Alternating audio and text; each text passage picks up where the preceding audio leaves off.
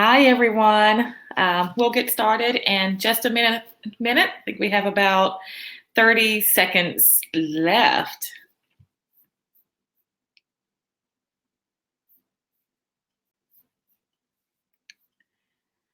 Thank you all for joining. Hi. Hi, everyone. We'll get started in just a minute. I think we have about 30 seconds left. Hi, Noreen. Hi, Latoya. Hi, Ajmal. Thank you so much for joining. Hi. Hi,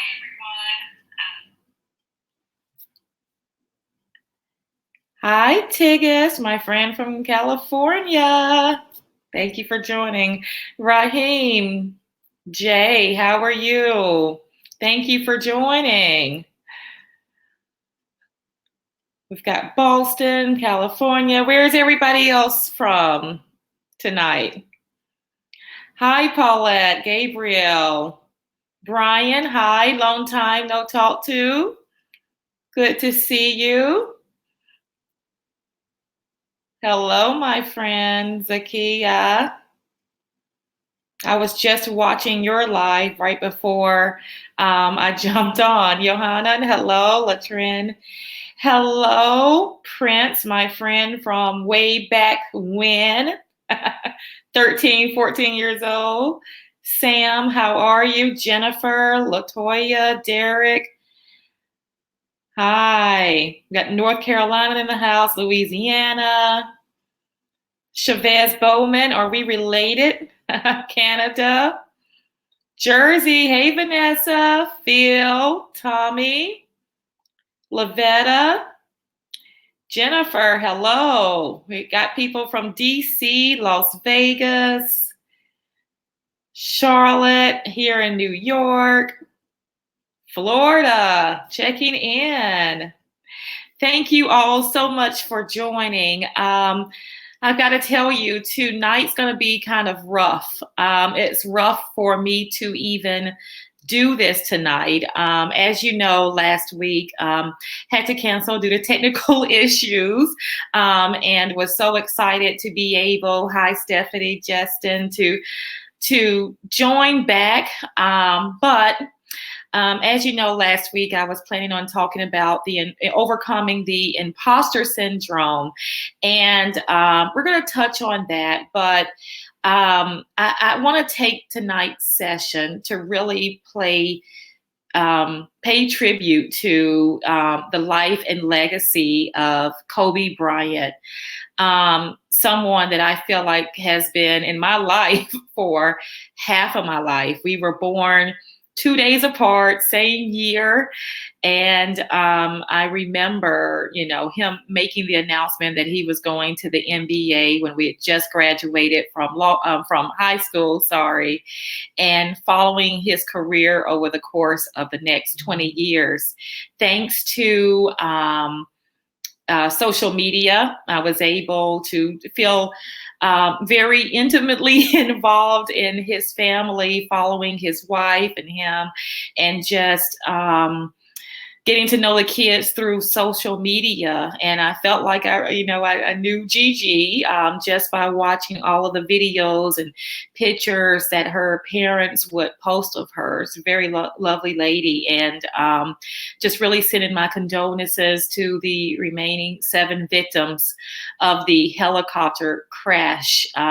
I wish that I had the opportunity to get to know them as well and understand their impact on the world. And I'm sure as the days come, we will have that opportunity. But tonight, I want to discuss the life and legacy of Kobe Bryant and how he was able to become a champion despite many challenges. And we often find ourselves in the same situations that Kobe was in the workplace. So we're going to talk about his strategies for success and how he became one of the greatest basketball players of all time. And it's just funny as we're watching reports and we're reading people's memories and testimonies. It's just amazing when you bring it all together how impactful that he was. So hopefully, through his death and through this crisis that we're all going through, hey, Lina, we will be able to learn and grow from this terrible tragedy. So before we get started and we dig deep into the life and legacy and how to become a champion at work, just like Kobe Bryant, let's just take a moment of silence from Kobe, Gigi, and the other 7 victims of the crash that occurred. So just a moment of silence.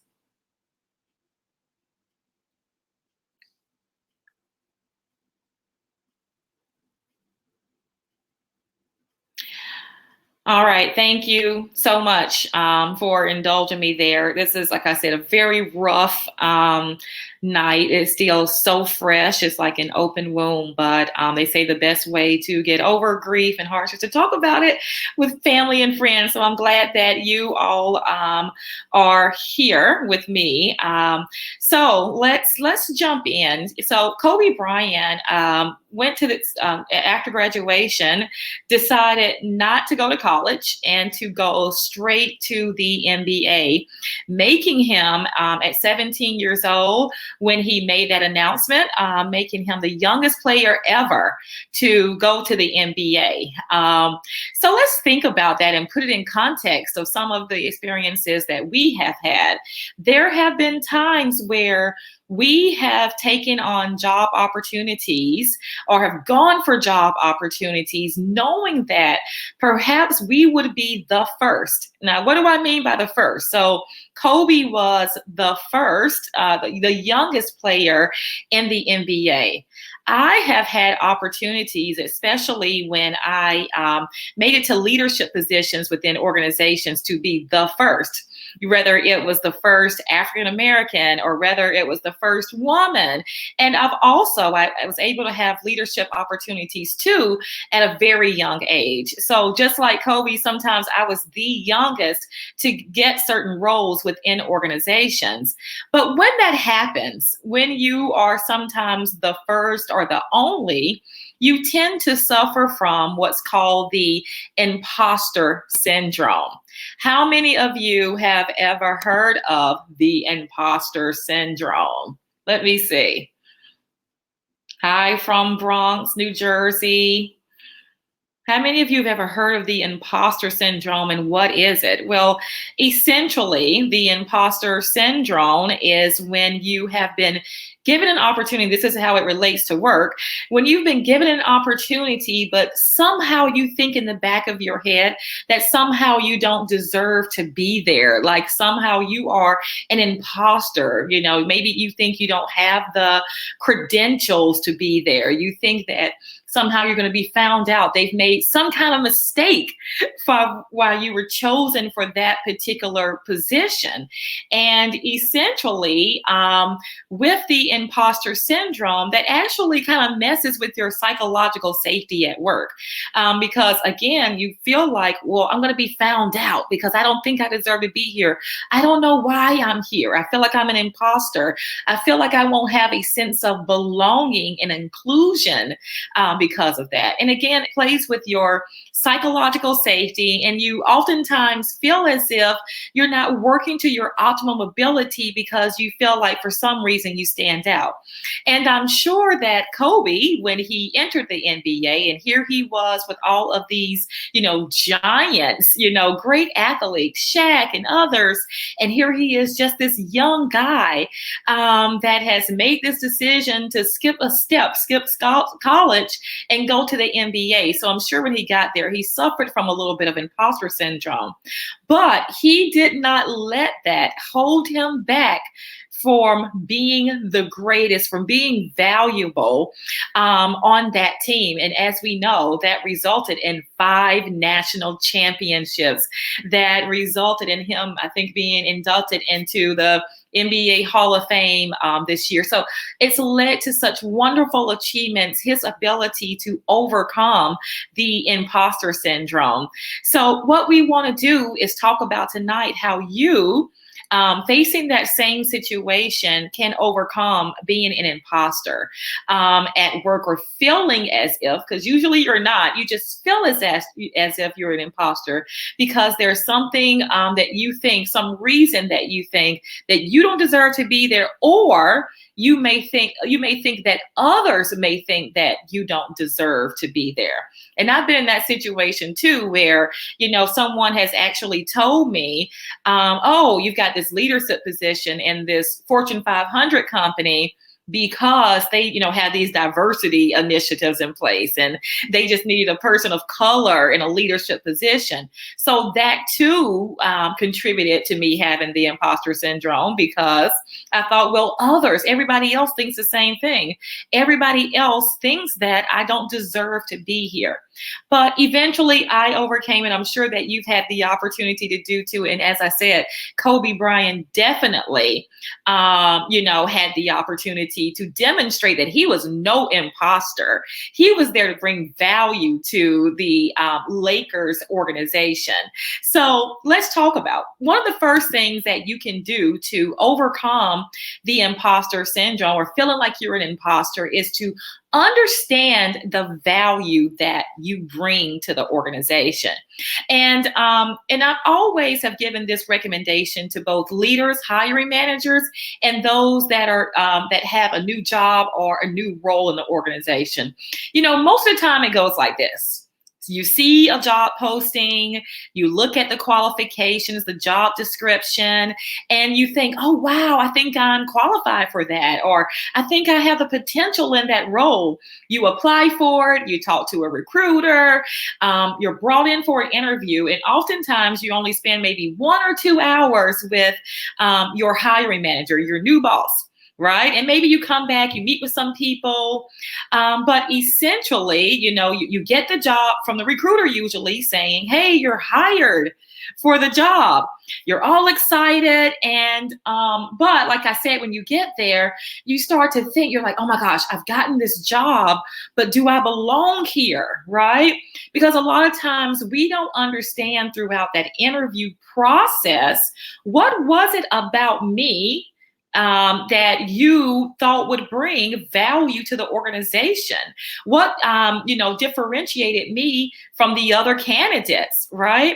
And a lot of times that's never articulated to you. So you get the job and you just go in, feet to ground, hit the ground running, and then you suffer from the imposter syndrome. So one of the first things that I recommend is that on your very first day or soon thereafter, sit down with your hiring manager, with your boss, and ask them specifically, hey, thank you so much for providing this opportunity for me to be able to be a part of this team.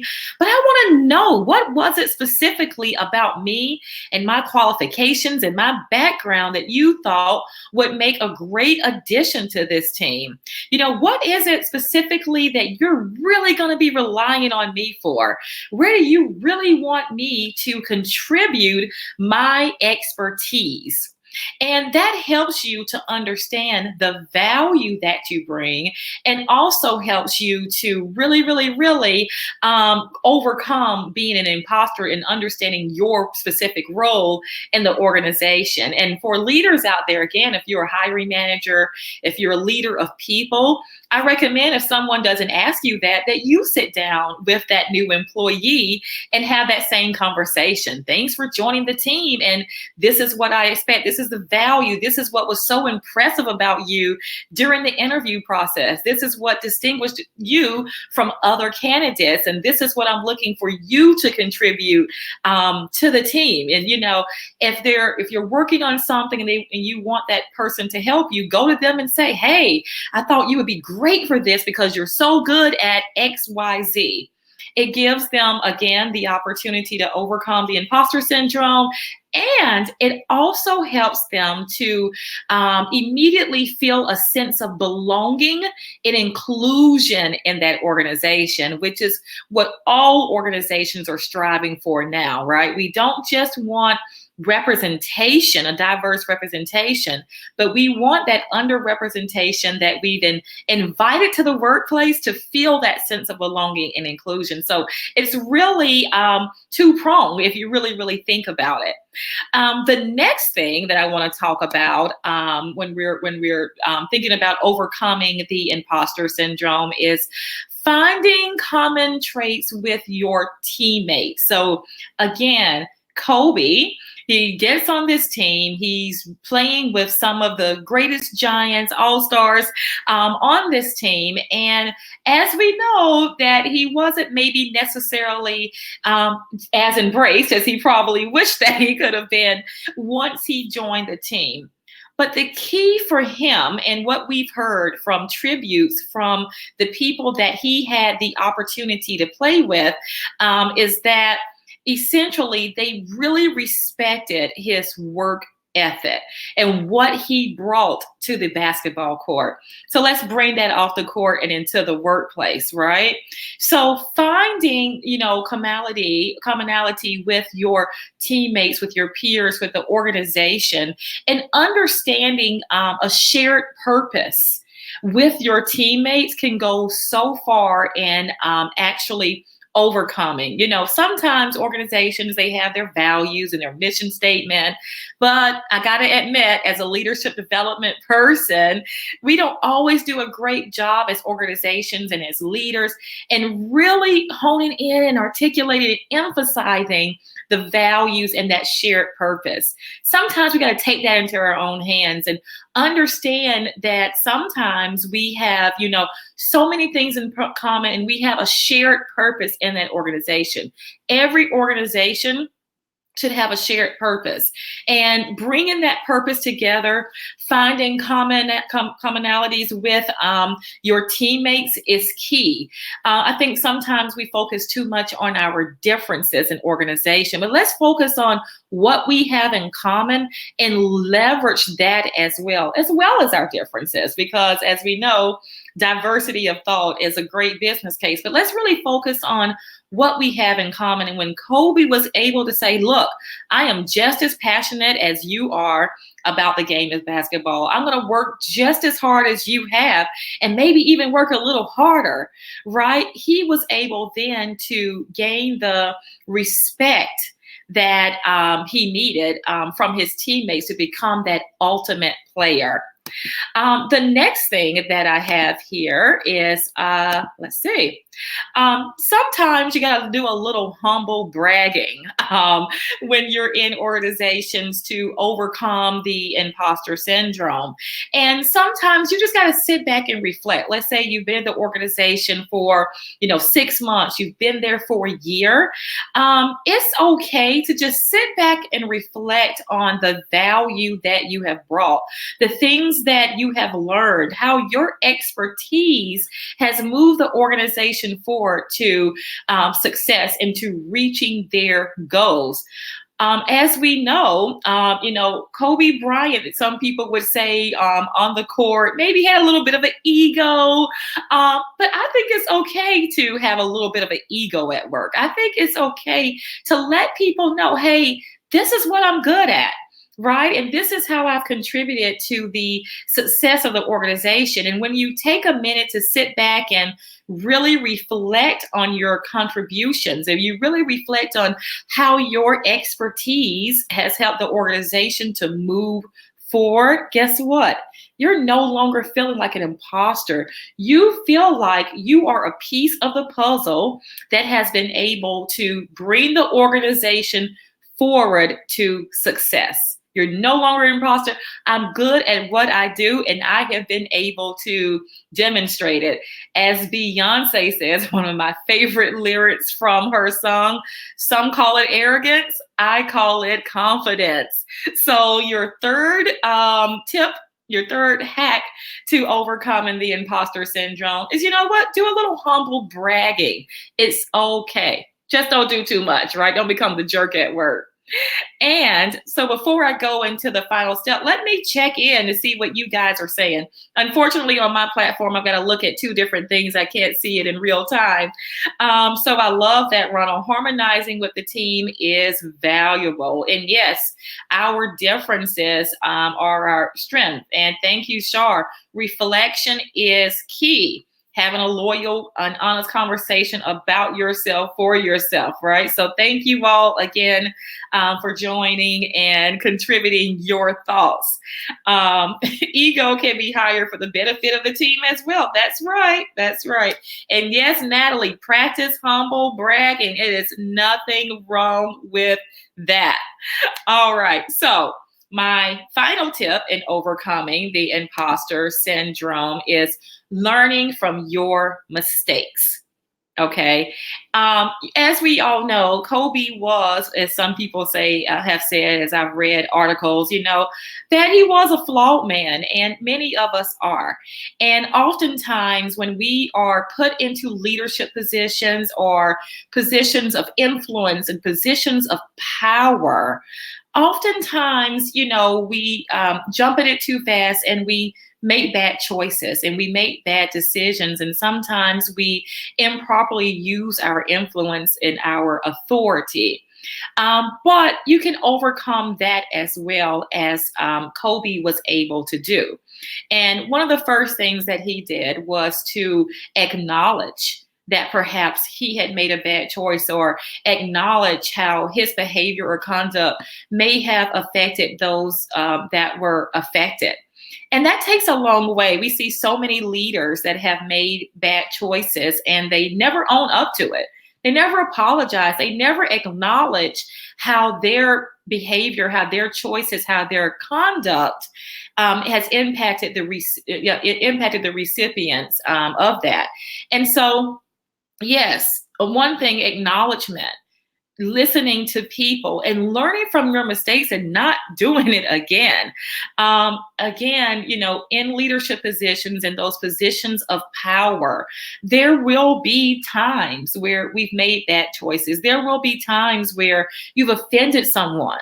And oftentimes it's unintentional, right? But we have to overcome that by first acknowledging that, understanding other people's perceptions and learning from our mistakes.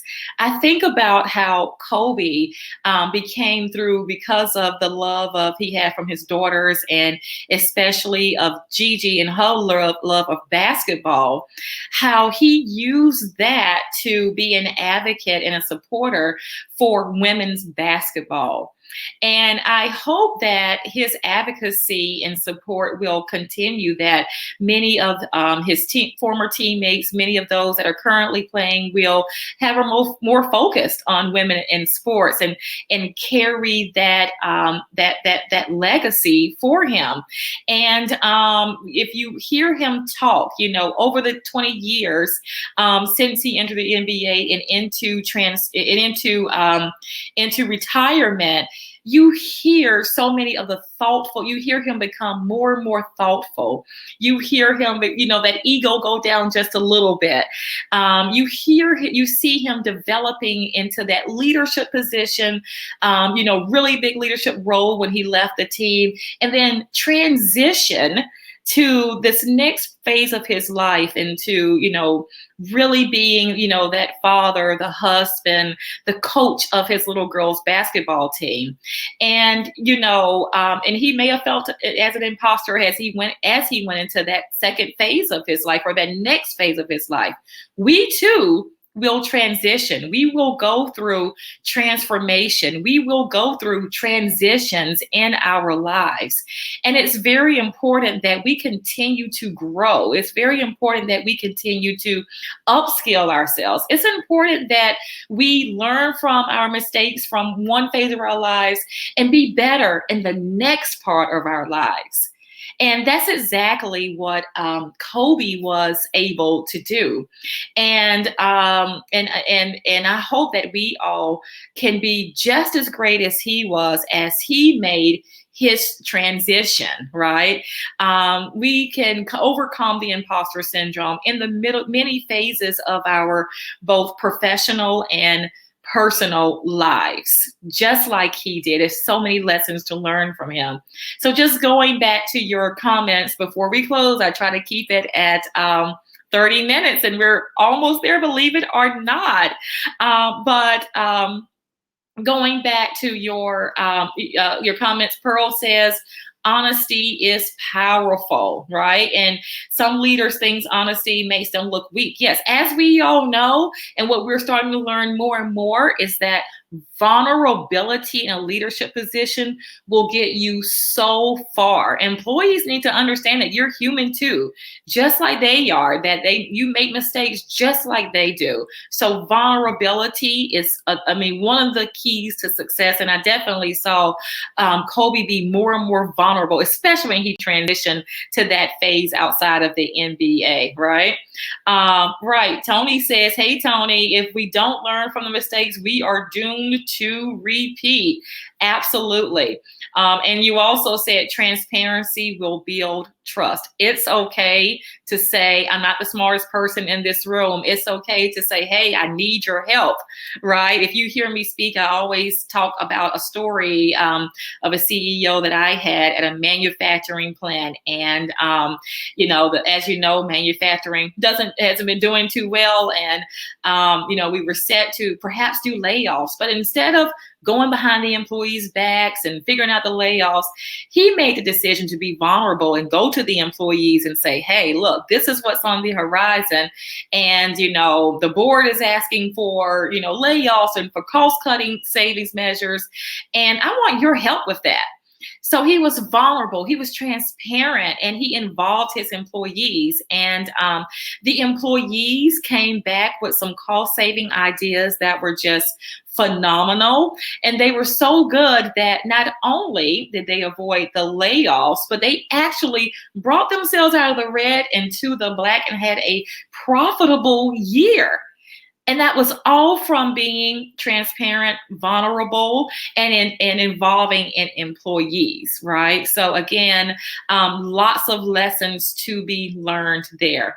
So as we embark on these next days and we learn more and we share our memories of Kobe, and as we hear the memories of others about Kobe, about Gigi, and I definitely want to hear more about the other victims. I wish I could talk more about the lessons that I could learn from them, but I don't know too much about them, but I'm sure stories will come out. But as we read these stories, and I had to tell myself this, let's not read them and be sad and really wallow in our grief. Let's use the stories here to inspire us to be better professionals, to be better people, to be better leaders. One of my favorite quotes, and you probably have heard it time and time again since Sunday, that Kobe said is, the most important thing is to try and inspire people to be, that they can be great in whatever they want to do. So let's take that quote to heart.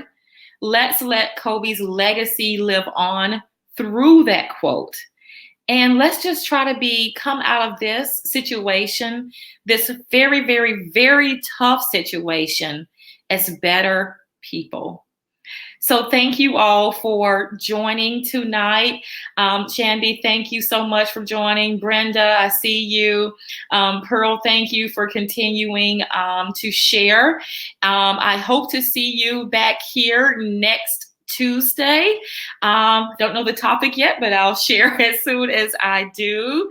And thank you for continuing to support me. And I hope that I am supporting you in some way with these LinkedIn Lives. And I will see you over during the week on LinkedIn and other platforms. Don't forget to follow me on not just LinkedIn, but on Instagram. I'm the Workplace Doctor on Facebook, and subscribe to my site, performance-renewed.com, where we provide more insights that way through our newsletter.